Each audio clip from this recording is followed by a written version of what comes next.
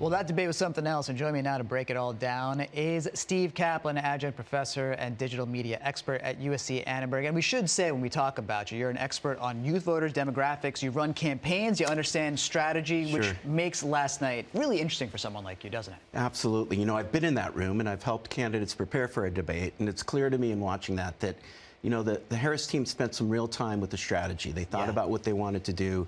They had a plan. They executed it. And that really showed up in the product that we saw. And there was a lot of conversation about the kinds of prep that these two candidates would or would not do. Former President Trump having, quote-unquote, policy meetings with Tulsi Gabbard and Matt Gaetz. Kamala Harris holding away and really focusing on things. And as you say, tactics and strategy, part of it was throwing former President Trump off guard. And that started as we talked about with that handshake. You and I can handshake right now. It ain't no thing. But when VP Harris walks over to former President Trump, there hasn't been a handshake at a debate. It's a moment. No, certainly. And a lot of talk about how they had never met before. And she purposefully said, "I'm Kamala Harris. Nice to meet you," which was a very much a strategy and a planned strategy, and I'm sure they thought about that, and it caught him off guard. And, you know, there were times that she was able to take him off his game, and that was something that he's not used to. A lot of it, too, as we've talked about with these debates, there's policy, but there's also performance and personality. There's the split screen. It's a TV show. And last time with President Biden, we saw him mouth agape, and it was uncomfortable for people to see. VP Harris was very different. There was some of this, smiling with the hand, right? There was a lot of smiling and laughing. Trump on the other side of the split screen, not looking. Both had to have been plans. Yeah, I mean, look, in the Trump side, we can talk about that for a minute. He was certainly, I'd say, stone-faced and angry would be terms that I would use. And I've heard that in some of the debate conversation.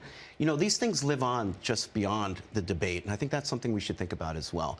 In the case of the President Biden's performance, that look became locked in stone. It wasn't just that night. It really was at the end of the day. It was really part of his undoing. So we'll see if the memes, if the sort of conversation in the social world continues, because there were quite a few moments that were memeable. There were a few moments that were memeable. We actually have a little bit of sound that we could play where there's a conversation that was very online that became part of the debate when it was a conversation about immigration and some Haitian immigrants in Springfield.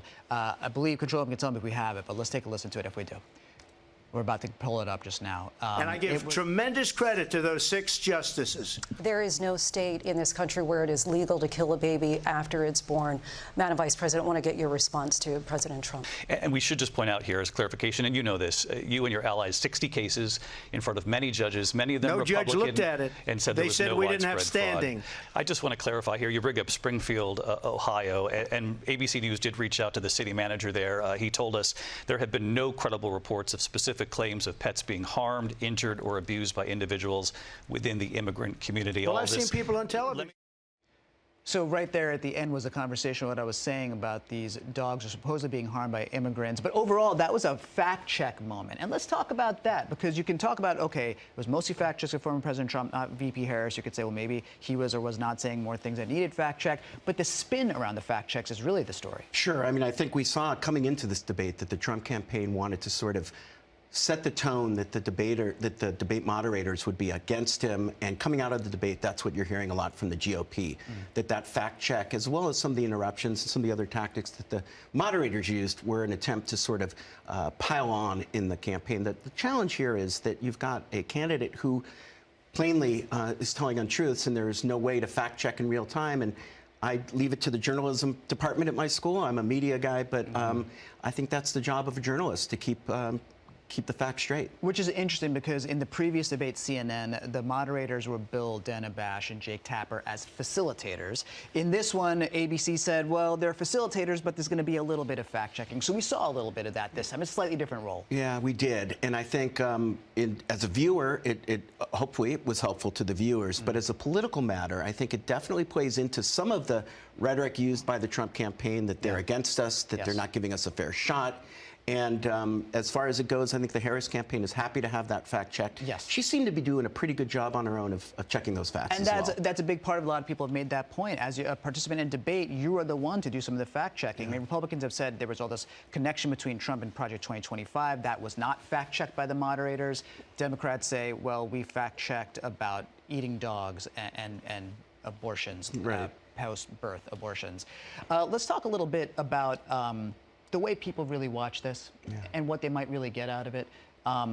There was a snap poll from CNN saying something like 60+% of voters who were 50-50 before the debate came out saying VP Harris won. But then there are headlines saying a lot of undecided voters didn't get what they needed to really make up their minds. How do you think they're going to see it? You know, look, this is still a campaign about these handful of battleground states and the small number of undecided voters or independent or swing voters that will decide this race at the end of the day. So the flash polls are super important. They tell us that the general population felt a certain way, but at the end of the day, this is about Michigan, Pennsylvania, Arizona, Nevada, and the rest. So will it turn the tide for them? If not the debate and some of the other things that have happened, I'm not sure what will.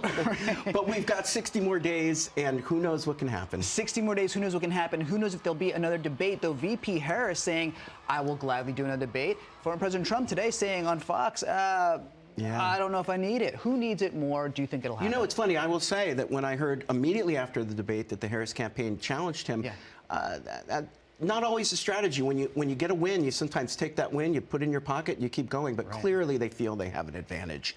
And how the Trump campaign responds, I have a feeling he will likely take her up on the offer at the end of the day. That's my prediction here with you. That's a big prediction. We're going to roll it back and talk to you. If there is another one to have you come in and talk about, a lot of people say VP Harris is saying, I got to keep on keeping the pedal to the metal. I got to stay the aggressor. If I don't say that I want to debate, then I look weak. And it's all about messaging, which you know well. Thank you. Thank you so much for coming in. Of course. Steve Caplan, Anytime. as always, great to talk to you. USC, a man who's run strategy for campaigns, an adjunct professor at UC Annenberg, a guy who knows media well.